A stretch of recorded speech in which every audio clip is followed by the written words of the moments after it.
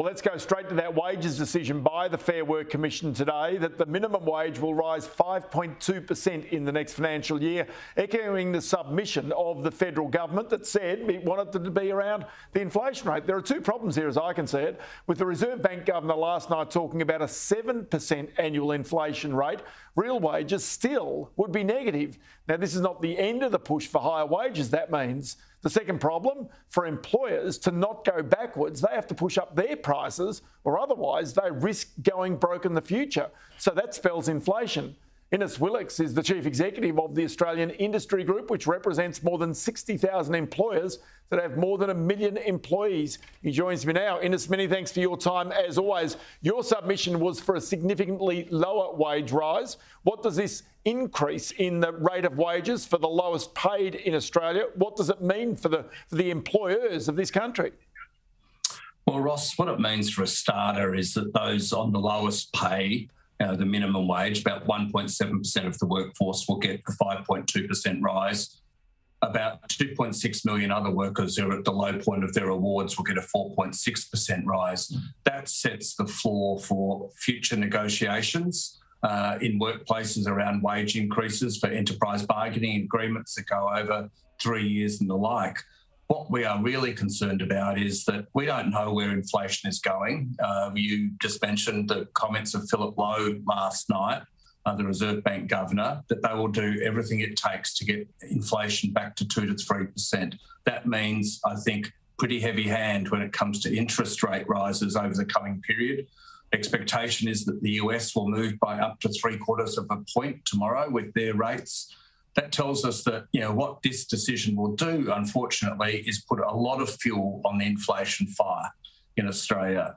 You've got high energy prices, you've got interest rate rises, you've got inflation, you've got labour shortages, all of that impacting on Australian business. And this just doesn't help with the recovery, the prospect of more to come. So what you quite now likely have, Ross, is wages policy working in one direction, monetary policy working in another. The last time it was like this was when the Fair Work Commission's predecessor gave 2-3% rises in 1989, 6% for the year. That was the last highest rise, a rise of this magnitude. And what happened? We were in a recession by June 1990. We just have to be very careful here. We're very concerned about the impact of this because it will set the marker for wage negotiations in the period ahead. Okay, one of the issues that Australia has got in its favour right now is that the unemployment rate, of course, is in the threes, 3.9%, expected to drop to 3.7 or even 3.5%. But the reality is, at some point, all of these businesses that you represent have got to make a decision about their profitability, about their costs, and indeed about the level of wages they're paying people. That could lead to unemployment. Unemployment is the worst case scenario for Australia's economy right now. Well, that's exactly right. And we're in a position where we have virtually full employment because we've shut our borders for 2 years. So we don't have the people that we had.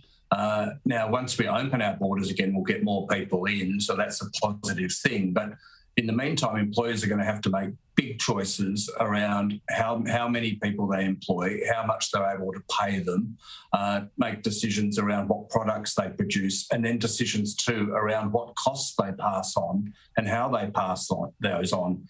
In the end, unfortunately, it's going to be consumers who pay for this, and that's what we're worried about because it creates the extra layer of an inflationary spiral, and that creates interest rate rises. So employers have got some very hard choices here, given the suite of problems that they're facing at the moment. It's like the unions had collective amnesia when they were calling for an even bigger rise that we've just gone through COVID. Businesses haven't recovered. The one pleasing thing from today, Ross, was that the Commission delayed the increase for the tourism, hospitality and aviation sectors because of the incredible stress they have been under. And so we go to one other aspect because there's rising costs, rising wages, rising interest rates, and now rising energy prices, with today the Australian energy market operator suspending the spot market as a result of really not being able to gain any control of where electricity prices are going into Australia. This again is a burden. Doesn't matter whether you run a pizza shop or whether you run a brick making factory. It has an impact, a significant impact on your competitiveness. Oh, it sure does. So you've got a lot of businesses now who, because of the gyrations in the market previously, have been on the spot, and they've seen that just spot price, and they've seen that go through the roof.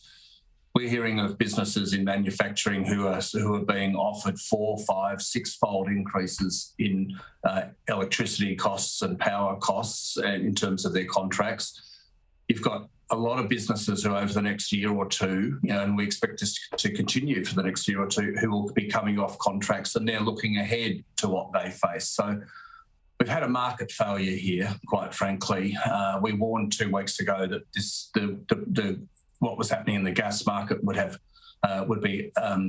huge consequences for industry in Australia, and we're seeing that bear out, unfortunately. So that's why today's decision on wages is really unfortunate in its timing, because it's just adding to pressure on business at a time when they're trying to recover, and there's no end in sight around power prices or energy charges either.